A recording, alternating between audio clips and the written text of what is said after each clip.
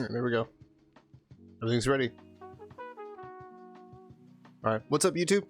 We have a video to review here. It was sent by my mods. It's by Mogdon, so make sure to check out his channel. I'll even show you here while we're getting started. I'm gonna wait for a few people to get here who are waiting for me to review. It is 35 minutes long, so it's gonna be a video on its own. But I wanted to go over it. There's apparently some very special stuff in here that I'm probably gonna want to see. So we're gonna check it out. But make sure to follow him if you haven't, or subscribe to him on YouTube. He does stream as well. He makes really good guide videos and releases really good videos on patches like this. So if you want to see more from him, make sure to help him out with that. He's a really cool dude. Anyway, let's get into it. I'm gonna turn my music off here.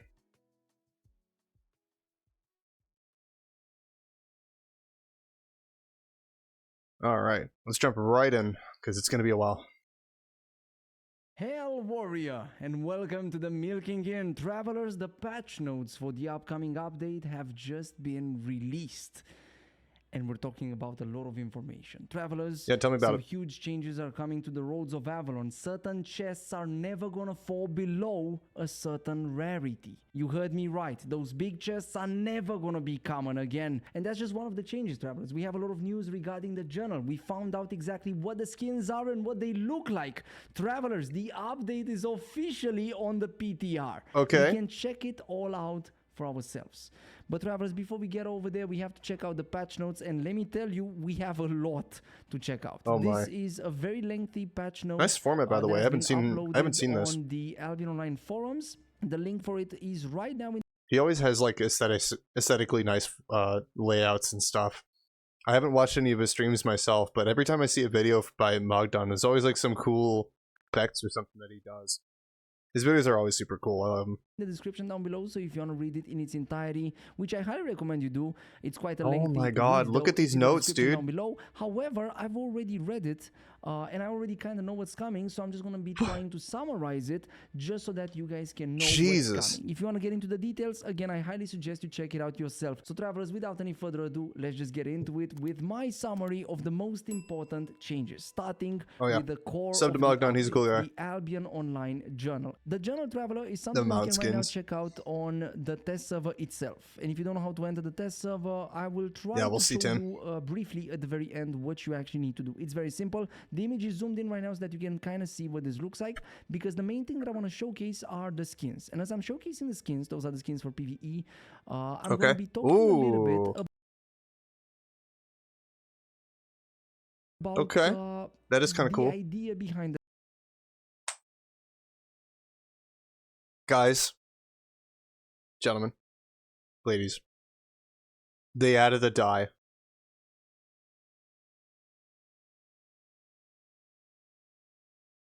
I have to get it. I mean, our guild is called Nat 20, guys. Come on. I have to get it. I have to get it.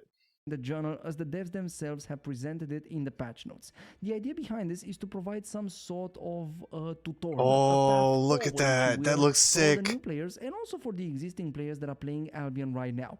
This does not I've seen that one. Something that gets repeated. So it's not that is pretty cool. Resetting every season or resetting every year. However, I do expect them to add more rewards as time goes by. I want to stop here for a second. Mammoth skin. The game is finally getting Mammoth skin. And it looks absolutely incredible. Imagine how much that's going to be worth. That was my immediate thought. Imagine how much that's going to be worth. Forget the mammoth itself being like 150 million. Like, sitting on a chair carried by two. Not tradable? Oh, yeah. That'll do it. Crooks, gods, whatever you want to call them, with a ginormous chest below you. That is really funny, though. I love that. That's the first intention behind the journal. So to provide a path forward. Second intention is to provide a tutorial. And that's because of the way the journal is structured. And here's where I actually have some criticism. Allow me to show you those skins, and then I'll get into my criticism. Oh my god. Just look at this one, man. What the hell is that? I love this. By the way, you can check all of this out. It is really cool, but what the hell? And if you don't know how to go on the test server, fret not, traveler. I'll try to show you briefly at the end. This will be a very long video, so pardon me if I forget about that. We also have this right here, which is super cool. By the way, that's really cool. And this is playable. Oh my god, Waz is gonna buy that. I already know. If you go right now on the test server and you check it out. Oh, by the way, that one, I want that. If you go right now I don't know what that is. It's a cougar. I want it. It's so cute. On the test server and you check it out. However I get that or whatever it's for, I'm using it. I don't care. I'm getting it. It's way too cute for me to not have. Offers you 3 songs that you can play. Unfortunately, they are pre-made, but I do understand why they have to be pre-made. Wait for the wolf. This one offers you 2 songs. The only song that's different, you can wait. You can play music. Oh God, no! The cities are all gonna just be people playing the lute now. Jesus. Oh God, you're gonna give them more audible things to spam. Albion Online main tune. The Albion Online main tune that is playable on... Guys, we're officially an MMORPG. We are allowed to play music in the city centers. And everyone's gonna be doing it. God damn it. The Bard's Loot, so the highest tier reward.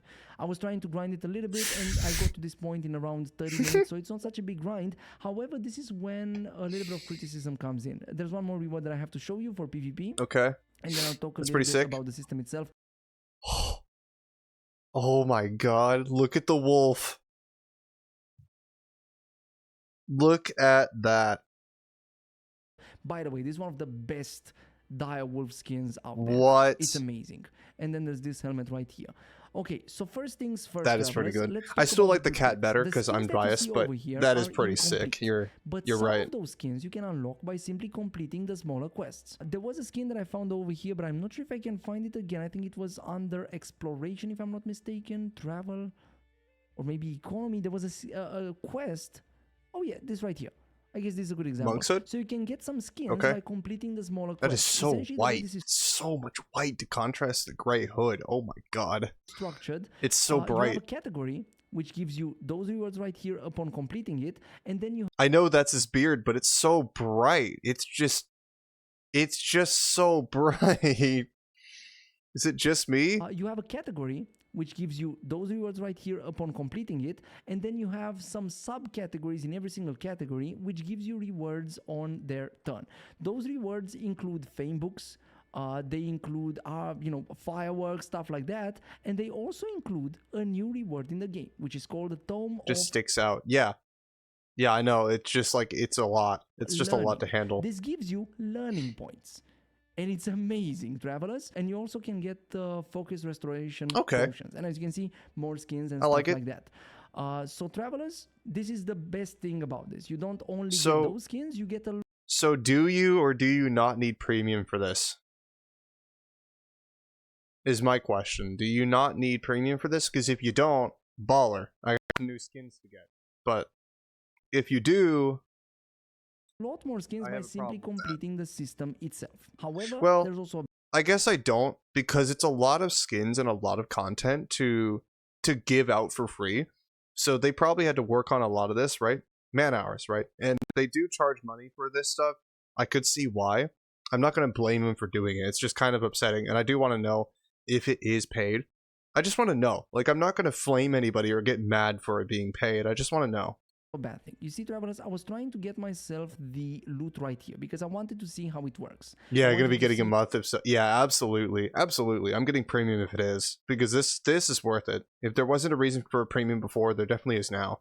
If you can customize those songs in any way, shape, or form, it doesn't seem like you can. And I was taking every single subcategory over here and trying to complete it, and I got myself to traveling. The objectives over here are very simple. Ride a horse, ride an ox, ride a direwolf, ride an adventure challenge mount, and so on and so forth. Okay. I completed all of them until I reached this one. Ride all adventure challenge mounts. Oh my God. Why is God. that a problem? That is a problem because to be able to complete that, you have to wait for all of those mounts to actually release. And unfortunately, it's a bigger problem because you don't get an alternative. Like right now, under the traveling, this is locked. I cannot see what else I can do here. It's just locked. And I managed to lock it by not doing... Yeah, but I think we're just being a little pedantic with that one.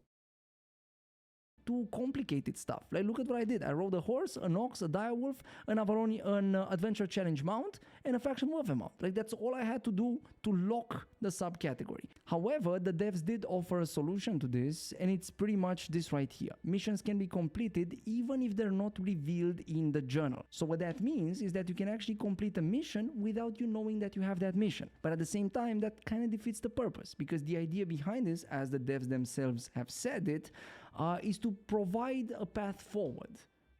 it's not really a very good idea to lock this path forward. You know, like I mean, you want to give them more options. I understand. But like I said, I feel like it's just a very minor thing that I don't think is going to change much about the journal itself. It's like, oh, okay, so we can't complete like this last little thing.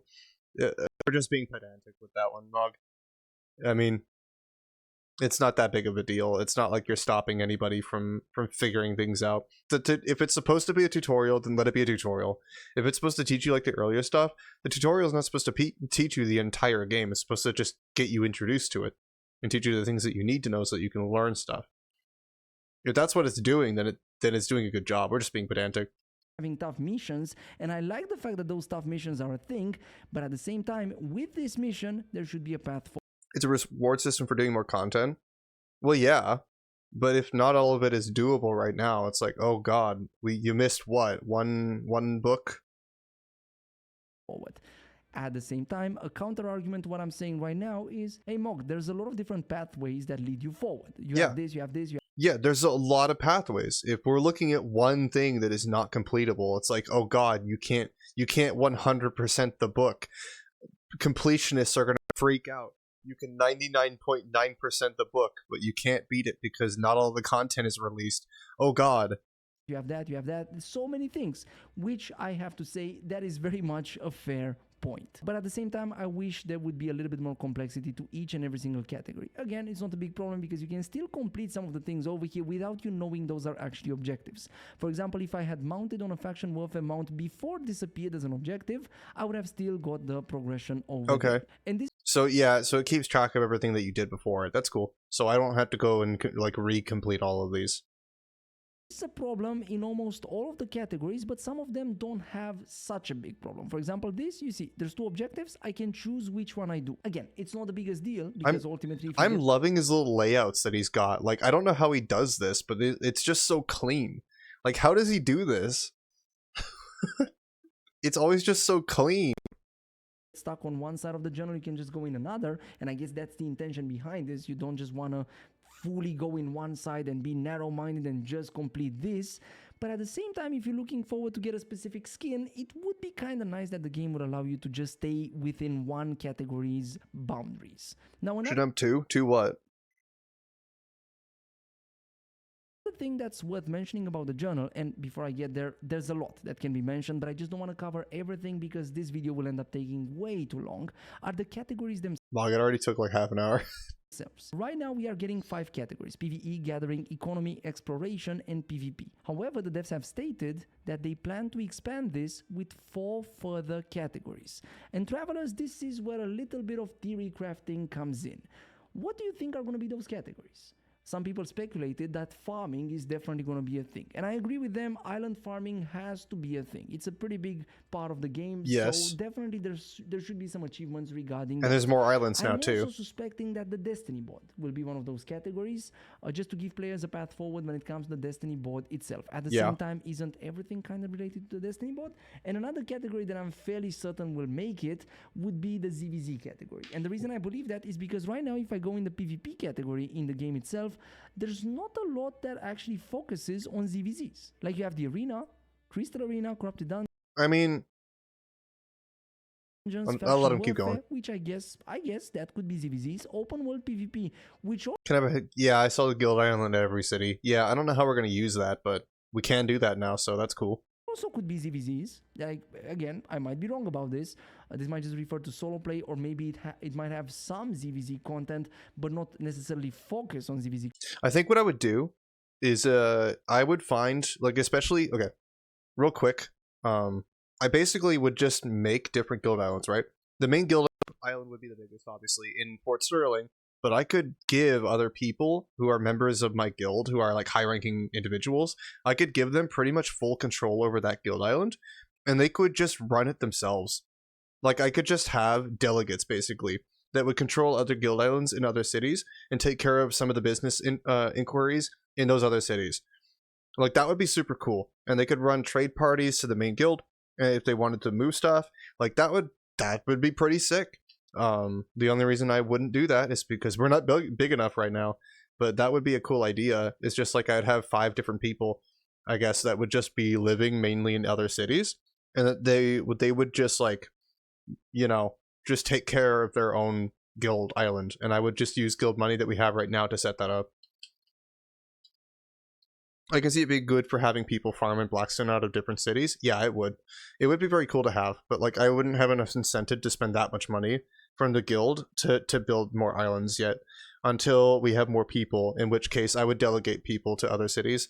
Like Spicy obviously could take care of you know, Limhurst. He would love that if I had a guild island in Limhurst that he could run. That'd be sick. Content, Hellgates and Crystal Leaks. So it's clear that you have a focus over here on not necessarily solo content, but small scale content. At the same time, again, faction yeah, you just TP to the guild island instead of your main city. Yeah, that would be pretty sick.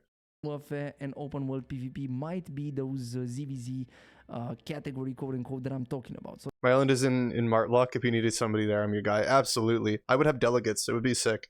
There might not be the necessity for a category to be added. But my question is, what do you think are going to my mods would be delegates, which by the way, if you guys want to be mods of the channel, let me know. Be those 4 new categories. Currently, Tim is the only mod. I can let you know what mods are doing and, you know, the kind of activities that in powers, I guess, that they have. Just that's all I gotta do.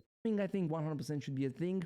Destiny board, I think, should also be a thing. Other than that, I cannot really think this through, Travelers. So I'm very curious to see what you think about it. All right, Travelers, we have to touch a little bit on the other big feature of the update, which are the dynamic spawn rates. A lot can be said about this, but essentially, the best summary is the one given by the devs themselves. There are limits in place to ensure that low activity periods don't offer too little and busy periods don't offer too much either. As a result, it should be easier to find content during the busiest times on each server. With this update, this feature will affect treasures, resources, mobs, with the amount available more in line. Yeah, the spawn times of everything just cycles around the peak time. Yeah. With each server's activity. The impact will be measured and adjusted as necessarily, and it may be expanded to other contents in the future. Essentially what this is, Travelers, hear me out. Right now, if I play on the American server, because I live in Europe, I can actually play at very convenient times for me that are incredibly... Yeah, there's it's one of the most controversial things because it's a good and bad thing. Peak hours make it more centralized for that, like that region where everybody's on, obviously, but not everybody else can actually be accommodated by that. Think about me. Like, I play during peak hours, but a lot of people that I play with don't. Like, you can't. Some people can't play around peak hours. Like, Blizzard cannot play on peak hours. So he is inconvenienced by this change. Yeah, exactly. People have jobs. Exactly. Like, this is my full-time job. I do this every day. I could choose whether or not I wanted to play around peak hours or not. I could switch to my times around to accommodate each server if I want, if I really don't, or if I really wanted to. But not everybody has that ability. So, you know, this really does screw over a lot of players who have real life jobs and can't fit into this time slot. So there is some good and bad about having peak hours. Honestly, I would have said just like don't have them. Respectfully, it's better to not have peak hours like this than do, but I guess they can just do what they want. Yeah, it is oriented for streamers. It really is. Yeah. Inconvenient for the American server because of the way time zones. Which, I mean, I'm not going to complain about, but I also like to think that like most players aren't streamers. So while I, as a streamer, while I enjoy it, while it does help me dramatically having these peak hours, it does not help the majority of player base. Work. Turns out the earth is not flat, and there are millions of players but only like hundreds of streamers, so it is a ginormous comparison. Because the earth is not flat, time zones are a thing, Travelers. And you see, right now, if let's say I play at 12 p.m., which is not a very inconvenient hour for me, well, for the American server, that's an hour in which there's nothing happening. Yeah. So I can simply just get... There's only been 15k players across all platforms the past few days. Wow, we fell off. The game's dying, guys. Myself over there and steal all the resources. At the same time, if I go right now in the European server, right now at this time when it's the prime time, and I try to do some open world content, I'm gonna have a lot of gankers. I'm gonna get a lot of groups, which that's not changing. But I'm also gonna find very little. That's across all of the platforms. What happened?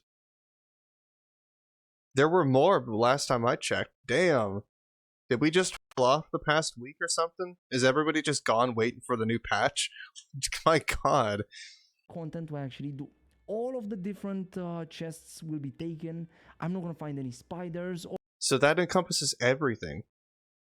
What happened? I think, did everybody just leave, like... Alright. People just started playing other stuff, I guess, man. All of the outposts are going to be done. I guess this is not really changing the outposts, but spiders, chests, spawn rates of mobs. It's been around 15. My god, that's low. And so forth. All of those things are things that right now, if I go and try to gather, let's say, because it's the prime time, I'm not going to be finding a lot of resources. So they're going to be increasing the spawn rates similarly to what they've done whenever the server itself launched. Whenever the server launched, because of the blood craze in the blue zones and yellow zones and stuff like that, they bumped up the resource spawn rates just to make sure that everybody gets something. Overall, a very good change that makes sure people can no longer abuse unpopulated timers, which is actually very, very nice. And travelers, this is also something that not a lot of people will mention, but there's a shadow nerf when it comes to playing on the server that's inappropriate for your region. What do I mean by that? If I am right now a European server player and I keep on playing on the West server, that basically means that the most content on the West server will not happen whenever, which is what happens right now.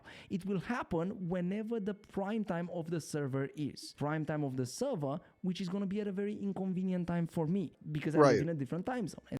Yeah, so I don't know. I think like the worst part of the latest updates are the time zones, honestly. Like, it's a cool idea, I guess. But there's a reason why very few games of this type do that. There's a reason why it's not a popular idea. And that, you know, that time zone might be inconvenient for me compared to the American time zone. So what that creates is basically it makes the players to migrate back to their own region's server, which overall is a good thing, especially for the West server, which right now is suffering. Another very big change. It is. It really is. Our prices have skyrocketed because there's only so many people playing. So demand keeps going up, but supply is dramatically low. So yeah, everything is inflated. The changes coming to the and our player count is super low on West server as well. Roads of Avalon that we're gonna have to spend some time on because it's very interesting what's happening. So first of all, travelers, we have some region balancing. Tier 4 roads will primarily be found when entering from blue and yellow zones. Tier 6 roads will typically be been grinding that. Nice, dude. Nice. Level 4 for refinement. Be found when entering from the red and black zones, and tier 8 roads, this is the most exciting thing, will be exclusive to deep roads and raid dungeons. You know what this means, travelers? This means that our small guild is getting a huge buff. What am I calling a small guild? We have more than 800 players, but there's... If he's a small guild, then what am I? Wait, what's Net 20? For more travelers. If we have a high small guild, 800 players. Okay, Mog. Alright. Avalon and a lot of protection that you can get with no requirements whatsoever. More information on our Discord server, so make sure that you join by using the link in the description down below. Then we have some content and reward balancing. Essentially, travelers, the fame has been reduced by around 20 to 25%, while the total silver output from roads, taking into account the increased spawn rates, has been approximately doubled. Now, travelers, while doubled sounds very good, I'm worried that it may not be enough, because the roads of Avalon were very much comparable with Yellow Zone solo dungeons. Yeah. If you get 10k and all of a sudden that gets doubled and you get 20k, okay, thank you, you've doubled it. But you know, it's still not very good, travel. Yeah, I mean, I get his point, because you're just taking trash and you're just doubling it, so now you have 2 pieces of trash. 1 plus 1. Good job.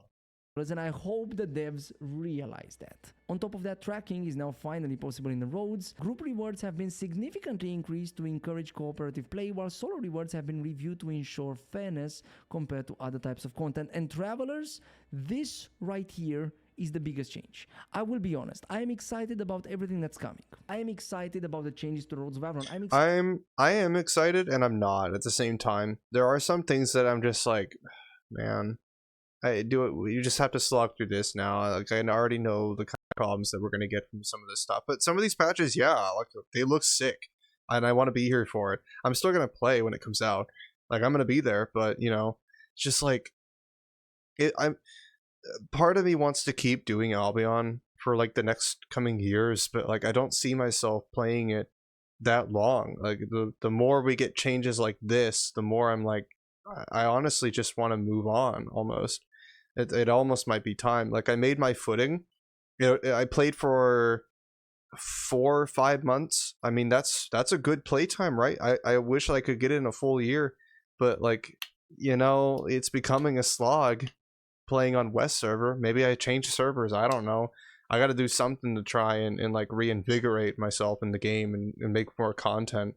Maybe just bring the guild up and make that bigger again, or start recruiting. I don't know, but like YouTube content, hard to make with Albion, not gonna lie. It is kind of tricky. Excited about the journal. I'm excited about all the changes coming to the roads, including the solo static dungeons which are coming back. We're gonna get there. But this right here, this is the most exciting feature, and I want you to pay What? attention to this and what it means. A small What do you mean, what?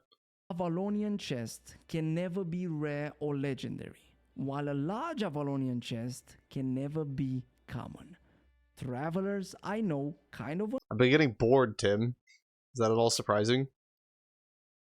Not going to EU to start over? Yeah, I don't think I would change servers, honestly, but like, I don't know, dude. I gotta do something to try and make the game more fun again. Nerve to solo play, I understand, but adventurous.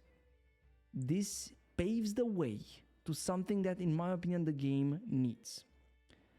And what that is pretty much a way for players to tell what they're going to be getting before they actually get it. Let me give you an example. If I am right now playing Elder Scrolls Online and I want to get X item, I know where X item drops. Now, does that mean that I'm getting X item 100%? No. There's still room for RNG.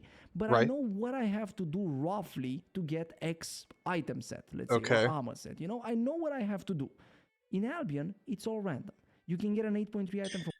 Yep, and that's part of the problem, is that, like, when I'm grinding RPGs or MMOs, I love grinding MMOs where I know what I'm looking for.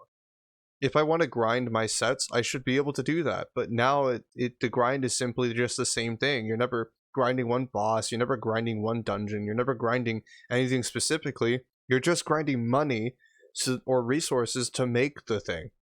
Like, or buy the thing. You're never gonna actually like try and go for a specific kind of content to focus on whatever you're doing. It's just, if you end up finding something that you use, congratulations, you got lucky. Like, it's just entirely random. From a yellow zone, you can get it from a mob, you can get it from a... You could get anywhere from like 30k or less sometimes from a yellow zone mist purple chest. You could get like 10k, or you could randomly just find 4 million from a blue. Like, the difference in how much money you can earn in these dungeons is ridiculous. It could just, and it's usually like one item that you'll find that's like 8.2 or 8.1 that's worth so much money because it's just enchanted and it's like some really valuable item, and then like that's all of your money. But like, you understand how long that takes to find? Oh my god, and how rare it is. Dungeon, you can get it from a corrupted dungeon, you can get it from a mist chest, you can get it from a mist. It's random. There's no telling what you're going to be getting where. Yeah. And in my opinion, the addition of something like this that somewhat quantifies or basically defines the type of reward that a player can get in a specific type of content is going to be the primary way through which that player... I just want, like, if it's going to be random, I just want to know, like, what the drops table is. How does it determine what you find in a chest? How does it determine that? I wish that they would make it public so that I could know. Like, what am I going to find? What is the likeliness that I find A, B, and C item? Or, like, what, you know? I wish that they would make something like that for the majority of the content. Gets pushed towards doing said content. Let me translate what I said. If I know that I can get basically the same items that I get from a black zone by staying in a yellow zone if I'm lucky enough, now, you're never lucky enough, but theoretically, you could get just as much, like an 8.3 can drop in a random mob. Yes, you can. It's just 1 in a million. zone and in the yellow zone. It's entirely possible that it happens, or maybe a 7-3, not an 8.3. He makes a new character and 0 to 100 a weapon and shows that all he gets like 2 tier 8 items in a 16-hour session. Yeah, I know. It's stupid. It's stupid rare. You know, and even that is lucky. Like, I can spend that much time doing exactly what he is, and I tell you, I'm only gonna get like 1, maybe none, because he's just luckier. Different very expensive items can drop in whatever zones. 6.3, let's say. It's still very expensive. But knowing that, sometimes I just don't want to risk it. However, if the devs would add something that would make tier 8 items only drop in certain areas of the black zone, I know it would need to be thought about. It's just an idea that I'm literally pulling out of my wizard hat, travelers. I did not think about this very much, but I do think that there should be a way to quantify what you're getting. And the devs added that with the chests that you get on top of the territories. The daily activity chests that you get in the territories have an estimated silver value. So you can look at that and see, hey, do I want to do this? Do I not want to do this? Now imagine that being added to certain zones in the black zone. And you say, okay, yeah, in this zone, you are roughly going to be making around this much by gathering, this much by crafting, or this much by PvEing, or PvE. It's just like, it's a simple idea. You just tell us how much we possibly could make. You don't need to tell us like what kind of items can drop, because we could just assume that it literally could be anything, right? Because it's random, so that it could be anything. But they could just have some kind of thing to tell us what you could possibly make in each zone. What is the likeliness, or like what kind of value can you get out of a tier 5.1 chest in a black zone? What's your chance of finding something? What's your chance of making 500k from each of like the chests, or like a legendary chest in a tier 5 zone? It's just like, if they would just tell us the likelinesses of like how much money you can roughly make in each zone. I don't care about how big the spectrum is. I just want to know roughly how much I'm going to make. What's the average amount of what you're going to make in a yellow mist? What's the average amount you're going to make in like all these higher zones? Because then you don't have to specify what the spectrum is, because it can literally be anything, right? And prices change all the time. The easiest answer is just give us the average. What's the median? That's easy. PvPing and so on and so forth. You would be. You just compare the high with the low and compare how often you're going to get these items. They should have that kind of data. They made it. Able to quantify how much you would be making, and that would push players towards that type of content. Now at the same time, that would also make other types of content pretty much barren, because let's say an area in the black zone has a chance of giving you 500k, while another area has a chance of giving you 10k. Yeah, don't specify per area, obviously. Well, no shit, don't do that. Don't just like just say for generally tier 7 black zone's going to give X amount of money, or tier 8 black zone's going to give X amount of money. Just give a generalization of like what kind of content. So if I did like a group dungeon in a black zone, tell me how much I'm going to make on average, so that I can know if I made above or below, or like what to expect going into a dungeon, right? That's all we want to know. We just want to know what the average is. What's our spectrum? What are we likely to find, so that we could grind it. You're never going to stay over there. And so that we know what to expect. Always going to go towards the tier 8 area, or the area that gives you that 500k. So it's definitely required for more things. Because I can't tell you how bad it feels playing Yellow Zone Mists and sometimes getting like 500,000 in an hour, and sometimes 500,000 in an entire day in like a play session. Like, dude, it feels horrible, because I don't know what the likeliness of that happening is, because I have plenty of days where it takes me 6 hours on stream, continuous grinding, to make what I make in an hour sometimes from like a singular chest. Or sometimes that very same chest being like legendary will maybe give me like 200k, and then I'll find some random blue or purple that gives me 2 million. Like, the chances of that happening are slim, but I can't tell you how many times I'll find a blue or purple chest that will give me more than my legendaries. It's ridiculous. There should be like an average that those chests should be around. There's no reason why I should see a green chest and think it might give me like 50k, or I'll see a purple chest and I'm like, oh, it's purple, but it can still manage to give me like 10k, or I'll find a legendary chest and I'm not excited to find one because I know that it's probably going to give me 100k, even though it takes me a while to find those. They're legendary for a reason. When I open the chest, when I find a legendary, when I see the gold, it should feel legendary. I should feel excited to find an epic. I should feel excited to find a rare. I should not feel like, oh man, it's even though this is purple, even though this is legendary, I'm still gonna get unlucky and find 100k. I'm still gonna get unlucky and find 50k. And I just spent the past 4 hours to find this. It's all been green and blue up until now. I find one epic, find one legendary finally, and it gives me 100k. That's the worst feeling in the world. If they would just tell us the average and they would set an average for these chests on like how much money you can make, people would be a lot more accepting of it. Thinking to happen over here. I'm just putting that idea out there. I do think that it's a good idea for the game to start telling players roughly what they can get by group play in PvP will be amazing. Yes, it will. Group play, large group play in Albion will be fantastic. But if you're not in a large group, if you're a semi-small group trying to start up, aka my guild, and you don't have like a bunch of people to do stuff with, it sucks. It's gonna suck. It's gonna be horrible. It's gonna be even worse than it is already. Slowly starting, and it worries me, honestly. Like, it really does, because we constantly talked about how bad the solo experience is, and I get it. It is an MMORPG, and I always vouch for companies and game developers to lean into the audience that they're trying to target. But if your audience is targeting group play, like large scale stuff, not everybody can do that, and there is still needs to be room for solo play. You still need to have some room for it, or else you're not going to have these players that play for a little while by themselves get into it, right? Usually the solo experience is where people start. People don't typically get into guilds right away. They find their footing first, playing by themselves, to just kind of experience the game, right? And that is why our player retention is so bad. That is why.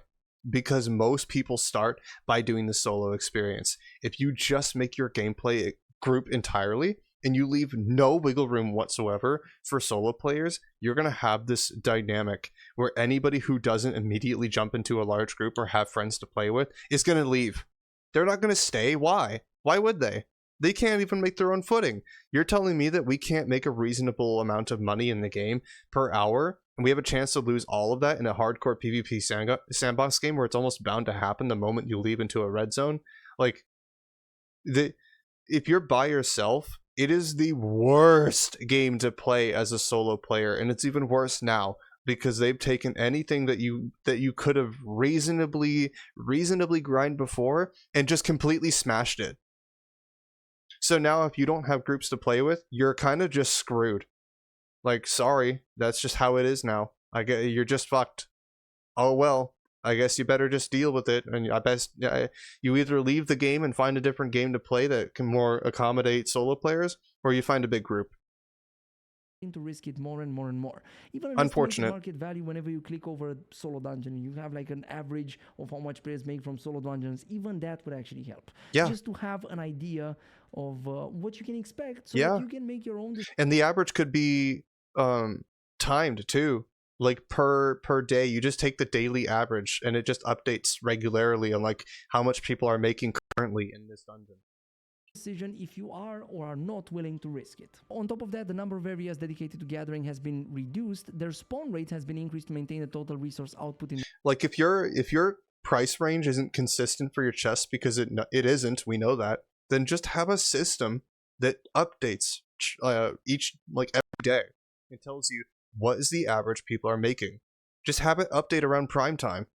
In the roads, And the free spots will be used to introduce additional PvE areas and a solo randomized dungeon entrance. Solo randomized dungeons, first of all, yes, they're coming back, and second of all, they're always enchanted. And the reason behind that is that right now the bonus loot was reduced. If you don't know what this is referring to, essentially solo static dungeons in the roads are getting 610% increase in loot, or that's what they used to get, I should say. Right now that has been reduced, but to make up for that, they've also enchanted them pretty much, and they're all I don't even really need to watch all the rest of this, because like, I mean, I'm gonna do it anyway, but I can tell you right now my opinion of this. And I might be a small creator who doesn't have a very large voice, but I'm telling you right now, as somebody who plays a lot of MMOs nowadays, I typically before this would find an MMO, I'd play it for a little while, I wouldn't even talk to anyone, I wouldn't find a group until I enjoyed the game enough to warrant finding one. I would typically just play the game for a little while. Does not most MMOs lock the guild content or their squad content behind some kind of level of progression? You unlock it later. Even if it's not much later, you're still forced to enjoy some of the content first before you can start joining larger groups and finding people. You don't get to do the large scale stuff and start doing that and coordinating with people until you try the solo content first. But if your solo content is complete ass, then why would anybody get past that part? If your solo content sucks and it feels bad to do, why are they even gonna bother trying to stay and find a group? Most new players who are hearing about the game are picking it up and trying it, and then they go and do your solo content and it sucks to do, and then they leave because they don't know that most of the game is locked behind groups unless somebody tells them that. It's not widely known and to new players. Most of your player base are joining because they hear about it, they see your advertising, they think it looks fun, they pop in, they try it, it blows, they leave. When that's why you have the biggest problem right now of people leaving. Your player retention is bad from what I can tell. Including some spells that were and it's no shock to anyone right now. That's huge. Like, I'm genuinely excited about that because at this moment your guilds are gonna have to do a lot of the work for you to retain a lot of your members. I feel like they probably are doing a lot of that work. Your content creators and your guilds that are running the show are retaining members because they go out and find them. They go out and help these members so that they get the guild content access that they need that they wouldn't have otherwise found. That's all I'm saying. Be able to dodge the monk's knockback, which I don't know about you, but I'm very happy about that. And by the way, travelers, if you needed even more of an incentive to join our guild, well, right now you have it. Look at how beautiful this looks. This is our Thetford Island. It looks gorgeous, and by the way, those changes apply to whatever city your guild is in. He plays on East, doesn't he? Basically, the changes that came to solo dungeons a while ago now he also plays on EU to the guild islands. Nothing too big, but at the same time, it's a nice quality of life to have. And just look at this spot. I love this spot. Absolutely badass. It feels like you're walking through the halls of heroes, but it's just basically a place in which we scream at each other right before we engage in a ZVZ. Fun stuff. We also have some new crystal weapons releasing right now, the Twin Slayers, the Dreadstorm Monarch, and the Exalted Staff. Overall, some very nice things. The animations for this have been already released in the Albion Line Dev Talk, so I'm not going to be spending too much time on them. Essentially, we're getting some daggers that are copying a League of Legends character. Yeah, that's very cool. That are copying another League of Legends character, and a Holy Staff that's quite unique, actually, as far as I know. Now, don't get me wrong, I am all up for copying. Travelers, I am well-marked Gandalf. I cannot complain about copying, alright? I'm just saying, they did play a little bit of League of Legends lately, and I hope they also took a little bit of ideas for yeah, a lot of their items and weapons are copies. Like, Bog, League of Legends is not balanced. Yes, Cry Me a River, it's a lot more balanced than Albion Online. Now, that's so true. That's so true. Travelers, corrupted dungeons are meant to be a demonic, hellish place. And I want to ask you a question. Do demons suck? I don't think they do. Well, then why do corrupted dungeons suck? Well, first of all, because it takes a very long time to get to them, and second of all, because everybody runs away. Both issues have been addressed in this patch. Corrupted dungeon maps now have been added, and this can be crafted by using the Artifact Foundry, and travelers, just as important, the bat spawn times have been adjusted. So right now, all the bats spawn after 3 minutes from the moment you have been invaded. These aren't relevant to me because I don't do them. Those are the primary mechanic through which the devs are trying to ensure that people are not resetting always. So essentially, this is a little mob that appears at the doorway of every single room and every single corridor in a corrupted dungeon that appears after 5 minutes. It's soon going to appear after 3 minutes, and it applies itself to the player that's closest to it. So basically, the player that's running has to go through those doorways and collects those bat stacks. Bat stacks that start leveling the realm breaker for roads PvP? Probably, yeah. We're gonna have to start like trying meta stuff, and I hate that. Lower your movement speed and lower your max HP, overall making you unable to run. Yeah, I'll leave like my after note once we get this far. I'm pausing a lot, so I just want to let him keep going before I give my full like review. And unable to fight. I guess demons really don't enjoy runners, and neither do we. And travelers, on top of that, this might not seem like a big change. The quality of life improvements, you know, those are usually the things listed at the end of the patch, which, by the way, it is not the case here. The patch is huge.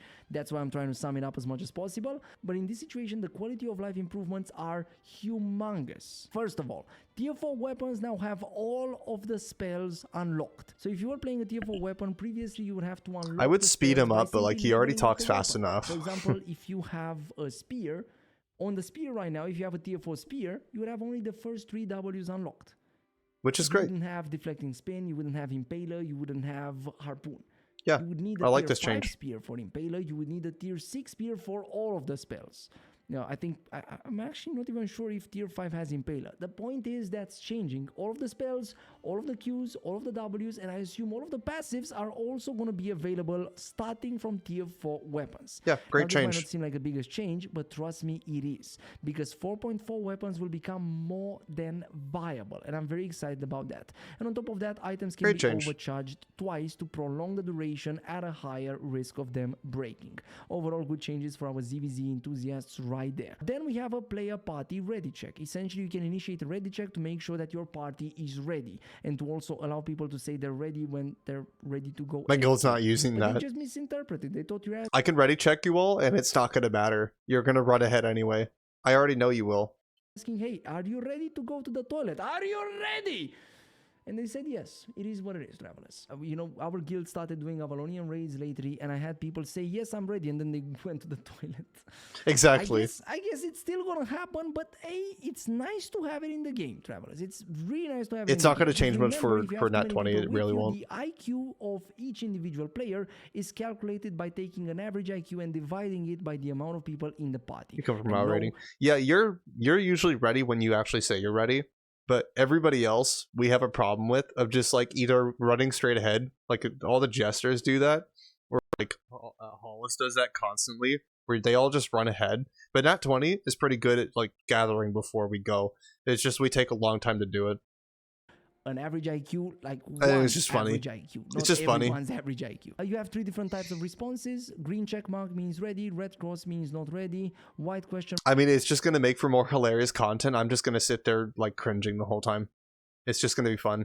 Mark means you have to kick that person from the party ASAP. It's almost all groups though. Yeah. On the spot. If a member it's notoriously just the jesters. It is what it is. It's only fair that we don't allow them to reproduce. Shut up. The Destiny bot also had improved scaling and zooming. And travelers, there's some things that I have to show you about the Destiny bot because it looks gorgeous. First of all, oh, I know. Look at that. Look at that. Yo. There's a beam. I didn't see that. It's still visible. And third of all, oh what? Yes. Oh yes, travelers. It just took them 7 years. And that's not I knew he would say it. Did he do a Swole Benji impression? Did he? I want to see it. Not it. I want you to look at this for a second. Albion Online Travelers is slowly becoming a AAA game, and I really like that. I'm all up for that. And you guys cannot see this through the video that I'm probably showing. About to come. I didn't know you did a Swole Benji impression. I want to see it. Just that you go right now on the test server By the way, look at the zoom. This is gonna be amazing for thumbnails. Thanks for the follow, by the way. By the way, I've always wanted to be able to zoom so much on the Destiny board and I was never able to. For thumbnail making, this is going to be amazing. It only took them 7 years, guys. It only took them 7 years and a lot of begging on Reddit. What I want to say is that right now, jump on the test server for a second and see how smooth this is. It is really so smooth. Just play around with it. Now, at the same time, what kind of... You know what my thought is? They probably had that, like, ready. They just didn't want to release it because they're a bunch of trolls. Neckbeardness do you have to suffer from to just... And I think that's hilarious. I don't know what it's called. I just want to see if more people suffer from this because I genuinely want to. All players in a randomized dungeon now receive a message when the entrance closes. Solo dungeons will let you know when the entrance Very is cool. closed. I like that. You don't have to wait 90 seconds, use the logout timer and all of that weird stuff. The game itself tells you... See, but like you nerf solo content and then you do something like this. It's like... What do you want? Are you nerfing solo content or are you trying to make it better for people? Like, God. Pick a lane. Thank you. The feature we never knew we needed, but we absolutely need it. This is amazing. Now, travelers, there's another feature that you are seeing right now. I want to see if you are perceptive enough. Do you see this? No. You probably said no. And travelers, to which I say, that's the point. This is finally collapsible. I'm very happy about that. Another cool... It's collapsible? It only took how many years, guys? Feature, travelers, is right here. You can now check your last death, not only when you are actually getting killed. Yo, we got the full screen gameplay DLC. Let's go. And afterwards. So right now, let's say I've died. I've accidentally just respawned very fast. I couldn't check that. And I want to check my last death. I can actually see it right over here. I can see what killed me, which abilities killed me, and so on and so forth. Yeah, overall a very nice feature that I'm very happy finally made it in the... Finally, yeah. They also added a buff to rats. Right now, when you inspect the player, you can see the estimated market value of the items that the player that you're inspecting is worth. Oh, I thought that he literally meant rats, like actual rats, like the animal rats. I thought they buffed the rats. I'm like, what? Is that a troll buff? Because I think that's hilarious. No, he means rats as players. Okay. So you know who to rat pretty much. They've also added an option to filter rankings by guild members only. Overall, very nice things. Or friend lists only in case you are running a guild or simply competing with your friends. You can kind of see your ranking over I actually like that. Very nice. Another huge change that's unfortunately not highlighted enough is the player markers that are right now displayed in front of other elements. This basically means that you're always going to be finding your shot caller, which is absolutely amazing. This was a huge issue, and I'm very happy that... Yeah, I thought he actually meant rats. I was... They're finally fixing it. They took the man hours to buff the rats. Why? There's probably still going to be a one-shot. That would have been funny. And honestly, it's an easy fix. The rats got roided, boys. Ground markers and so on and so forth, but ultimately just allowing the marker to be in front of other items or in front of other things on the screen would just fix the issue. Yo, what's up? ASAP. I'm just reviewing Mogdon's video right now. Pretty much. Player pings also now appear as system messages in the chat, so you know who's pinging, which is nice. And travelers, there's another feature that I have to show you, but I need you to sit down. I need you to take a deep breath in. And I need you to remember all the good things that are coming in this patch. You getting a journal, which is awesome. You did say exhale. Unlockable by playing the game. You don't have to pay for it. You did say exhale. You are getting some changes coming to the roads. Amazing changes. You did say exhale. Group chests are never going to be common again. Doing content with a group is That's been going pretty good, actually. We were feeling like crap yesterday. Like I had to just end stream early because like it was terrible. But today's been really, really good. We did a Pokemon stream. I've been running my challenge run if you're into that. And we actually had like an amazing start. Yeah, we're doing pretty good. How about you? Rate areas are going to be found through hideout areas and so on and so forth, which means that you can join our guild, which is a free join guild. Did he already do his impression? Did I miss it? Because I was just making a joke. When did he do it? I must have missed it. Travelers, there's some amazing changes. But if you're a solo player, you're gonna hate this one. Veteran and elite mobs now regenerate health in combat, making them less profitable when engaged by fewer. At the solo static and groups done? If you don't know what this means, we're probably coming to it then. Essentially, group dungeon mobs and static mobs are no longer worth soloing. So if you're farming group dungeons as a solo player or static dungeons as a solo player, Your days are numbered, travelers. Your days are numbered. If you listen quietly, you can hear Swole Benji go like this. Here it is. But don't be like that. Don't be like that. Just breathe in. What was that? What the fuck was that? Anyway. Enjoy your stream daily? Yes. Yeah, I stream daily now. Glad you asked. 10 a.m. PST. You can always expect me to be around then. Travelers. Oh my god. What was that? Hold on. And static mobs are no longer worth soloing. What the hell? Farming group dungeons as a solo player. Mog, what was that? As a solo player, your days are numbered. Travelers. Thanks, man. I appreciate it. Your days are numbered. If you listen quietly, you can hear Swole Benji go like this. But don't be like that. Don't be like that. Just breathe in and breathe out. Travelers, it's gonna be fine. Oh, it's funny. But unfortunately, I've never seen him do that. That's funny. Dungeons and soloing group dungeons has been significantly nerfed. Yeah, we have like history with Benji, so that's even funnier for our community. Oh man. It is what it is. And that's another reason for you to join our guild and renounce on your heretic ways. We also have some reworked animations for quarterstaffs and sides. We also have some spells that have been... Yeah, he stream sniped to one of my buddies. And then like he went around, so I have like a small community of streamers for Albion, and he went around and found all of our streams and like started jumping in and talking crap to all of us. So we all banned him. Visually redesigned. But the fact that he went around all of our streams, and I just found out like it goes deeper. He just it keeps going deeper and deeper. He made a Discord just for stream snipe. Like there's just been big Benji drama in our community, so it's even funnier. And Travelers, I almost forgot about this. I randomly saw it right now and I remembered. You can now A out of your islands, which is amazing.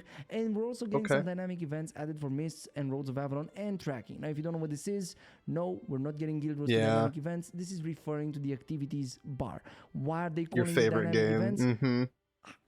I don't know.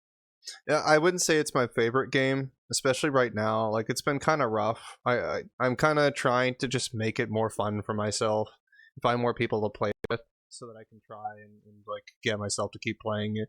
But I've been trying to make YouTube content, and it's actually really, really rough to find clips and like content to make on YouTube. I need a game where I can comfortably, consistently pump out like small clips and small videos that I can regularly just keep like, you know, and get decent enough attention. While Albion takes forever to make good quality videos, and I don't have forever because I'm also making art and like streaming full time.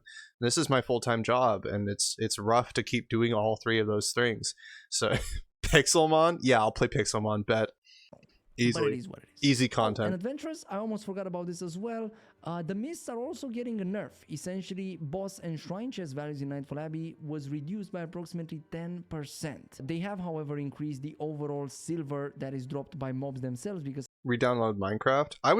I had a shower thought playing Minecraft because I have a server that's locked in 1.12, or like it was 1.14. There's actually some real potential there. I had a random thought, and I'm glad you brought that up because I totally forgot. I could have a server running. How long you been streaming? I've been streaming since February of this year. Some mobs were bugged. I don't remember the day specifically. Maybe account age will tell you. Spiderling, so the soloable spider in the mists, right now has been reduced by 18%. Yeah, you're not really gonna like this one, are you? But hey, it's time for you to quit your heretic ways, quit being a solo player, join our guild. Join our guild. It's not a potato farm. It's not. Oh, I can't snooze my ads more. I'm sorry. It's not. Join our guild. And Travelers, then there's some combat balance changes. I should have turned them off. I totally forgot to turn them off for the that I made a video about a while ago. And honestly, those were the changes that I thought released a few days ago. So I'm not sure exactly what we're reading right now. But essentially, just to glance over them, the enigmatic staff is getting a little bit of a buff in terms of the range. The battle axe is I can't turn them off. Only snooze them. Yeah, I was gonna say I can't have you turn them off either. I wish I could. I wonder if that's a thing I can allow mods to do. That would be pretty cool. It's like, hey, just turn them off for the thing, so I don't have to go and open it. The recast time window for the second throw is going to go from 10 seconds to 9 seconds, so you're going to have to act a little bit faster. And the first throw cooldown will go from having 0 second to 1 second. So previously you would... But I don't mind, where do I live? Oh, Washington State.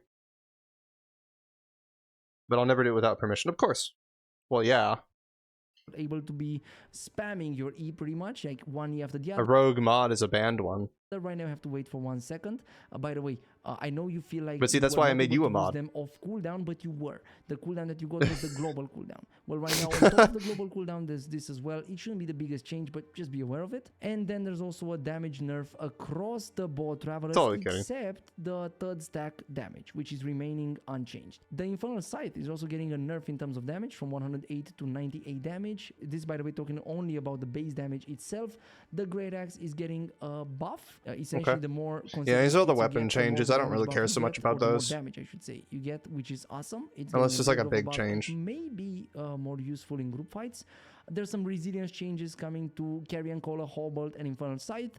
The Blazing Staff is getting a pretty nice buff, honestly, but at the same time, it's also kind of a nerf because there's a bug that was fixed that was causing the dot damage of the Blazing Staff to apply twice. So even though it's a buff, I'm not sure if it's going to feel like a buff now that the bug is resolved, but it was a bug, so it is what I'm going to speed it up just for this. Blazing Staff players. Hammers are getting more threat generation, which honestly, I think it's quite needed. The Ironclad Staff is getting an increase in duration, which is a buff. The Soul Scythe is also getting a buff in terms of the projectile speed. Shapeshifter Staffs, come on, of course they're getting nerfed. What are you thinking? But let's just see by how much. Adapting matter from all Shapeshifter Staffs, the shield duration has been increased, so a little bit of a buff over there actually by quite a lot if I look at it, 33.3%, not bad. Distortion has been nerfed. Tether Shift from all Shapeshifter Staffs has got a pretty significant buff. Essentially, they're trying to get people to stop using Distortion, just like they tried to get people to stop using the second Q. Or it was easiest way to turn off auto ads and run them yourself? The one that has like a huge range and you can cast it twice. And Travelers, the biggest change and the biggest killer of Prowling Staff is this right here. Yeah. Polymorph now has manually run them. Overall good change, but at the same time, it's going to be just as useful as Boltcaster's W. That is the easiest way, just manually run my ads whenever I want to, but I do like the fact that they automatically run, because I don't have to do that. You know, the silencing shot. So pros and cons to it. Keep that in mind. Helmet Spear is getting a buff. The Riftglaive is getting a little bit of a nerf in terms of the hitbox length and so on. Mine are actually every 20 minutes, so... and so forth. There's some changes coming to resilience penetration once more. The swords are also getting some changes. The hamstring ability is getting changed. There's even some renaming going on. They essentially removed the slow on the heroic leap, and they made the heroic leap damage deal a lot more damage. Again, they're trying to change the habit of people using splitting ground. We also have some changes coming to Infinity Blade. The damage buff no longer ends after the second cast. Some resilience penetration changes once more. We have some Raven Strike Senses buffs across the board, and some more resilience penetration changes. Some Jacket of Tenacity nerfs, some Stalker Jacket nerfs. You want to do the 3 minute? Yeah, so I run them every 20 minutes so that they're smaller segments and less frustrating, because getting 3 minutes of ads at once feels worse than getting one in like half that every 20 minutes. So I do small segments. I might even like make them smaller and smaller so that they're a lot less irritating.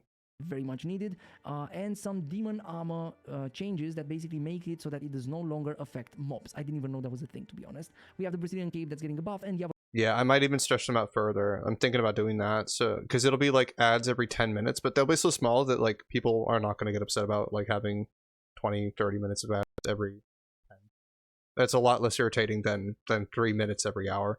Cape that's getting a nerf. And there's some changes coming to mounts, or I should say a mount, and that is the Goliath Horse Eater. And I know what you're going to be saying to this, the what, exactly why we're not going to be focusing on this too much. And Travelers, with that out of the way, that's pretty much it. I was looking... I think if I do that too, it's more likely to give you banner ads, which actually, you know, those are fine.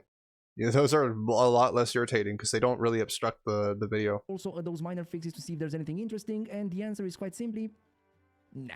There's nothing interesting to it, Travelers, but at the same time, the whole patch is huge. So, Travelers, last but not least, one more thing that I have to show you, and that is how to get yourself on the test servers that you can actually experience this patch by yourself. I don't care about that. First of all, assuming that you are right now playing Albion Online, you want to close it on the spot. Now, if you're playing... I'll let you guys hear it, though, in case you want to know. If you, however, are playing other weapons, simply open it again. Once the game opens and once the update finishes, you want to go to this drop-down menu right there and select the test server staging. If you don't see, get some glasses. What can I say? Just click on the drop-down menu and select the test server staging. You might have to wait for the update to happen over there as well, but by simply clicking play, you are getting yourself on the test server. Paid ad thing like with Raid or something? What do you mean? Like oh, you mean like a sponsor? If you're a mobile player, the same rule that applies to double-bladed staff players also applies. I know what you mean. I know what you mean when you say raid. Like, everybody knows what raid is, dude. It's 2024. To you. Sucks to suck, sucker. It is what it is. No, seriously, on mobile, I'm not actually sure how to get on the test server. I think you need to download an APK and so on and so forth. If you're having an iPhone, sucks to suck, sucker. You have no chance. But on Android phone, I think... Coffee or tea? I very rarely drink tea. I'm mostly a coffee drinker. You can actually download an APK and, you know, it might actually work out for you. I would drink coffee more often, but I've got a Keurig and I don't actually have like an actual coffee maker. I'm the kind of person that would willingly spend an hour making coffee every morning instead of drinking one every like 10 minutes or like after 10 minutes of preparation because of a Keurig, because it's so watered down. Oh my god. I can't with Keurig coffee.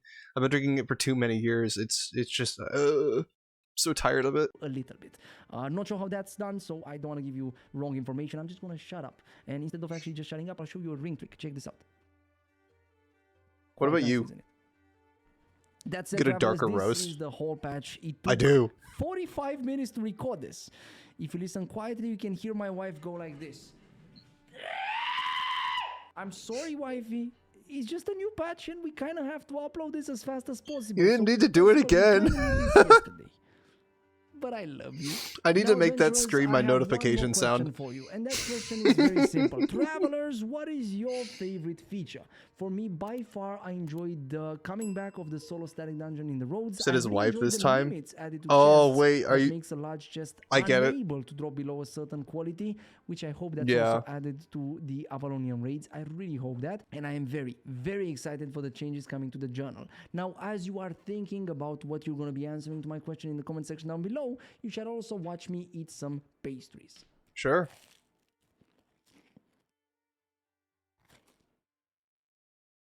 You look dead at the camera. Oh no, not more drama, Techie. No, please. Not more drama. Anyway, you want some traffic on your streams, like some more followers? Well, of course, obviously. I don't know that I'm gonna pay for them though. Certainly not. If I can get them organically and do more things to get that, obviously. If you're advertising like a site for me to go to, definitely not going to use it though. I respect the effort if you are, but like, you know. Artists love to do stuff for streamers, but you can grab some attention of the viewers and followers. Are you wanting to be paid? Because I'm designing a lot of art for mine, but the thing is that like if I could pay artists to help me make pixel art, I would totally do that. Because like I hate having to do it by myself. It's a lot of work. I'm also extremely amateur at it, so it takes me a lot more time to do certain things that like other people could do in like 20-40 minutes. So if I could have other artists help me with that, that would be great. But I also would want to pay them because that's a lot of time, you know? Unless they're really just wanting to do it for fun or to support, that's totally fine. But like what artist is gonna want to do that without being paid, you know? But anyway, as far as my thoughts for the video go, it's looking good and it's looking bad. There are a lot of things where I'm like super excited, but I'm also just, I feel like just overshadowed by all of the things that I'm really not excited about. It just, the big problem that we have with solo content, that they only just made worse, much worse with this patch. Like we've been talking about how much they need to add or buff or change a lot of like the solo content that already exists within the game, and instead they took all of that and they did none of it, and they actually made it much worse now. So if you're wanting to be a solo player, you're pretty much just screwed. Like if you don't have people to play with, the game is going to feel awful. There's no point in doing it anymore. Like you're just done, I guess. You're really, the only thing you can do is fish, because that's like, I guess, the only thing that didn't change. So good luck, I guess, solo players. Now you're all just going to be fishing in blue zone, yellow zones. That's really the only thing you got. Or you go find a large group that's already established, because those are the options you get nowadays. So good luck. We're going to need it, man. Like, I'm not at all surprised that our player count's going down. Maybe people are waiting in anticipation for the next update, or maybe people are just simply leaving the game because they're just done with the problem. More quality work and do do provide unlimited revisions as well. Oh, if you are paid? So you do both, it sounds like. So you do work paid and unpaid. It's like kind of like a premium program then, I guess.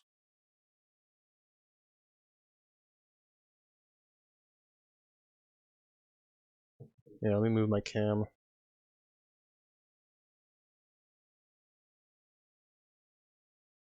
Yeah, normally I have a character on screen, but I do face cams when I do review content. Let's put that up there. Speaking of, there he is. Where'd my cam go? Camera? Camera? Hello?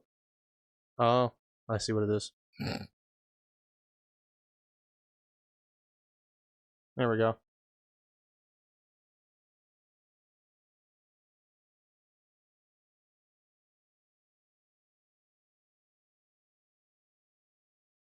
Thanks, Tim. And then I'm gonna give her the role. Tim Hearn. Let me pull up Discord. I need to mod you in Discord too, so you can also give people a role. So I'll do that while I'm there.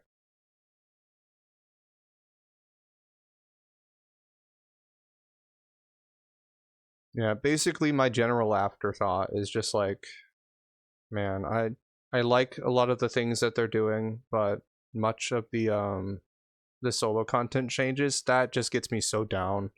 Like, what if I'm there and I'm not playing with my guild? What if I don't have anybody online to play with, so I decide to go do solo content, which is the majority of the content I do. Like, most of the time, I don't have people to play with.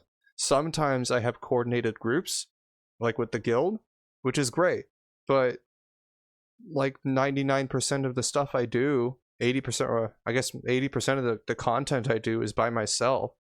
So if they're just nerfing that, then there's like no point in me playing by myself, and the only time I'll play Albion is when I actually have people to do it with.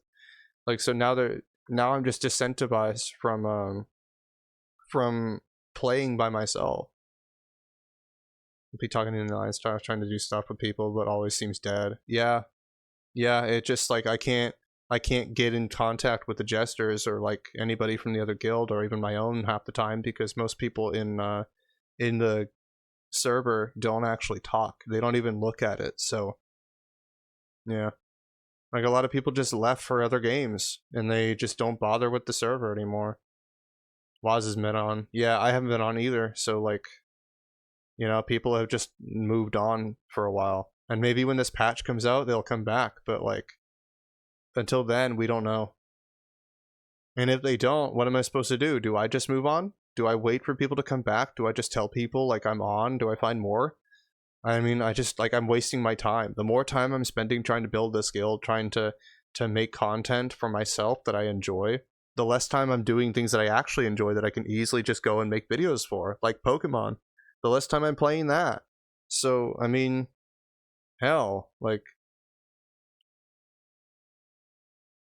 you and Waz need a right-hand man? Honestly, yeah. We need delegates. We need people to handle the guild when we're not playing.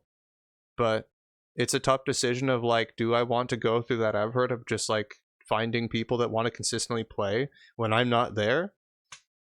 Most of Nat 20 only plays because I'm there. It's not because they have fun with the game. It's because they have fun with the game when I'm there.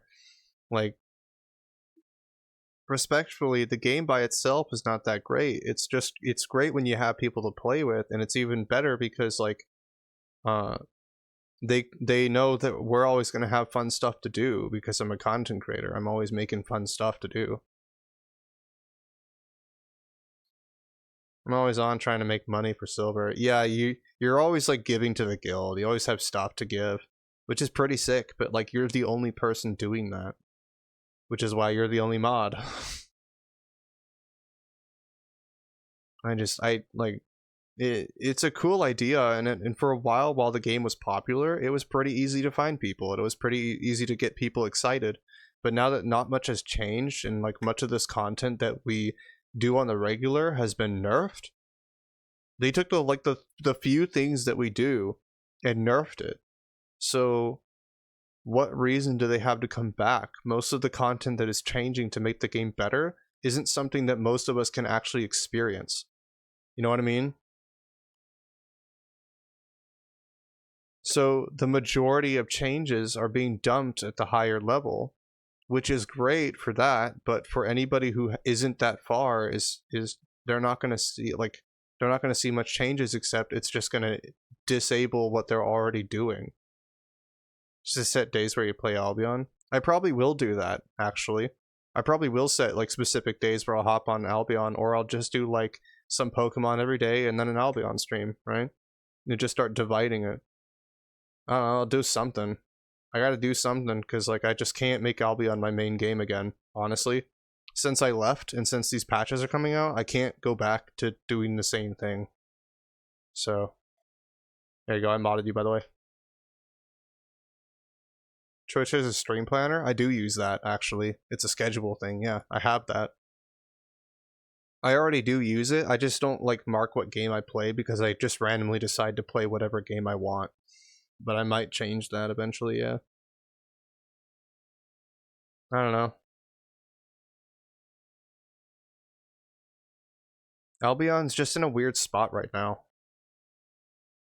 It kind of is. I mean, the balance is rough, so when I want to play whatever I want, I can't just play whatever I want, because, like, I have to consider the fact that I'm going to get stomped by a lot of these weapons. Let's just accept your friend request? Sure. Did you send me one? Did I just not see it? I don't think you sent me one. Did you send it to the right person? They're fucking solo players heavy. Yeah, they are. They really are. And that's my problem, is that I'm mostly a solo player. Like, we mostly are. So if they're nerfing it, then what are we supposed to do? And that's really it, is like the player retention's going to be horrible. It already is horrible. It's going to be even worse now, because the content that they want you to experience just got nerfed. I tell you, like, they put out Mist when it came out as if like it was the content, like the content to be doing as a solo player, right? That's what they want you to do, and they just nerfed it. So you're taking what you want your solo players to experience, and you're saying, now it's even worse. Now you're going to have a really hard time doing it, and you're forced into doing group content.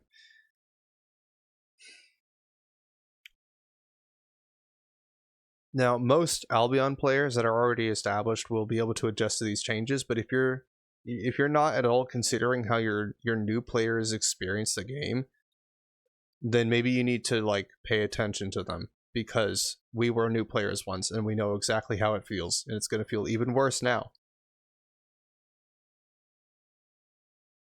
And then said join a guild. Yeah, they gave you a method to of acquiring money, and they said, okay, but now we're going to make it even harder to do, because you're making a little too much, and we want to incentivize you to join a guild. They're saying, like, yeah, now they're putting a gun to your head and saying join a guild or leave, because you're going to have a hard time if you don't. You're forced to join a guild. If you don't have one, there's no point in playing. Why are you even here if you're not in a guild? And if your guild is not established, why are you in it?